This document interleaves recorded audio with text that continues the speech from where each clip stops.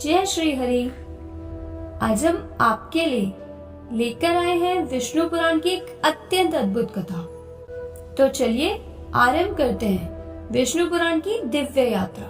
कथा शुरू होती है कैलाश पर्वत पर। देवर्षि नारद माता पार्वती को बताते हैं कि किस प्रकार भगवान विष्णु ने मोहिनी रूप धारण करके समुद्र मंथन के समय असुरों को मोहित किया और देवताओं को अमृत दिया। पार्वती माता ये सुनकर चकित होती है और पूछती है, क्या केवल राक्षसों को मोहित कर लेने से किसी को जगमोहिनी कहा जा सकता है? नारद जी मुस्कुराकर कहते हैं, देवी, असली मोहिनी वह है जो संपूर्ण जगत को अपने मोह में बांध ले। यह बात पार्वती जी शिव जी को बताती हैं। शिव जी शांत रहते हैं, लेकिन पार्वती माता के मन में जिज्ञासा जाग उठती है। मैं भी उस मोहिनी रूप को देखना चाहती हूँ। तब शिव जी और पार्वती माता नंदी पर आरूढ़ होकर वैकुंठ पहुँचते हैं। वहाँ विष्णु जी मुस्कुराकर कहते हैं, महादेव, संकट के समय हम कोई भी रूप धारण कर सकते हैं। यह तो हमारे बाएं हाथ का खेल है। और वे तुरंत अंतर्ध्यान हो जाते हैं।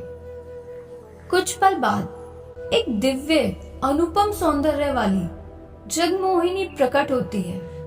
उसका सौंदर्य ऐसा मानो ब्रह्मांड भर का आनंद उसी में समा गया हो। नारद जी वीणा पर मोहिनी और शिव रंजनी राग छेड़ते हैं और उसी समय शिव मोहिनी को फूलों से खेलते, गाते और नृत्य करते हुए देखते हैं। शिव जी जो महाकाल है, विरक्त है, योगी हैं, क्षण भर में सब भूल जाते हैं और मोहिनी के पीछे भागने लगते हैं। अंत में मोहिनी शिव जी को कैलाश वापस ले आती है। शिव जी रूप का भेद जान जाते हैं और विष्णु जी से कहते हैं, प्रभु, आपका ये मोहिनी रूप अद्भुत है। तभी तो राक्षस अमृत भूलकर आपकी ओर दौड़ पड़े थे। विष्णु जी पार्वती माता से हंसते हुए कहते हैं, देवी सावधान, भविष्य में जब आपकी गंगा धरती पर उतरेगी, कहीं शिव जी उसे भी मोहिनी ना समझ बैठे। और वे मुस्कुराकर अंतर्ध्यान हो जाते हैं। अब कथा का रंग बदलता है।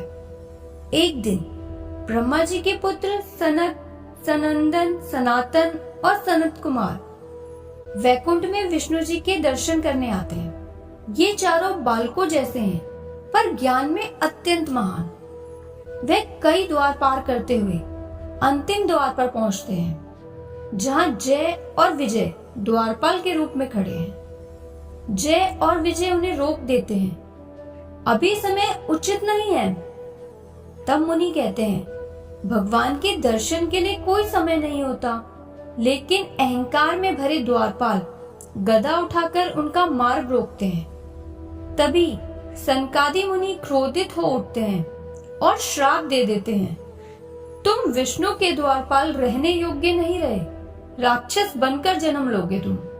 इतने में विष्णु जी स्वयं प्रकट होते हैं। वे मुनियों को शांत करते हैं और द्वारपालों से कहते हैं, यह सब मेरी इच्छा से ही हुआ है। तुम तीन राक्षस बनकर जन्म लोगे, मेरे द्वारा मारे जाओगे और फिर वापस मेरे धाम लौटोगे।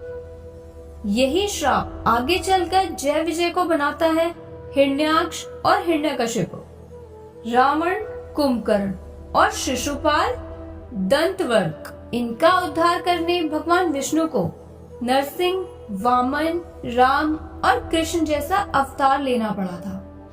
इसके बाद कथा आती है सागर के वंश के उद्धार की। सागर के 60,000 पुत्र कपिल मुनि की तपस्या भंग करते हैं और भस्म हो जाते हैं। उनके उद्धार के लिए भगीरथ वर्षों तक कठोर तप करते हैं, गंगा को पृथ्वी पर लाने के लिए। गंगा आती तो है, लेकिन कहती है, मेरा तिरवेग पृथ्वी सह नहीं पाएगी।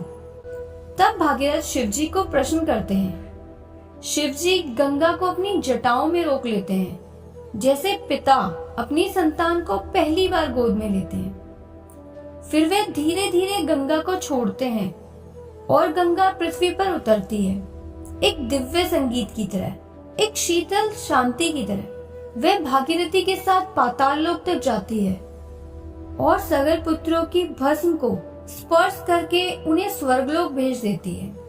विष्णु पुराण की ये कथाएं हमें सिखाती हैं कि भगवान विष्णु सिर्फ सृष्टि के पालनहार ही नहीं, बल्कि धर्म की रक्षा, भक्तों के उद्धार और सृष्टि संतुलन के लिए हर बार अलग रूप में अलग लीला करते हैं।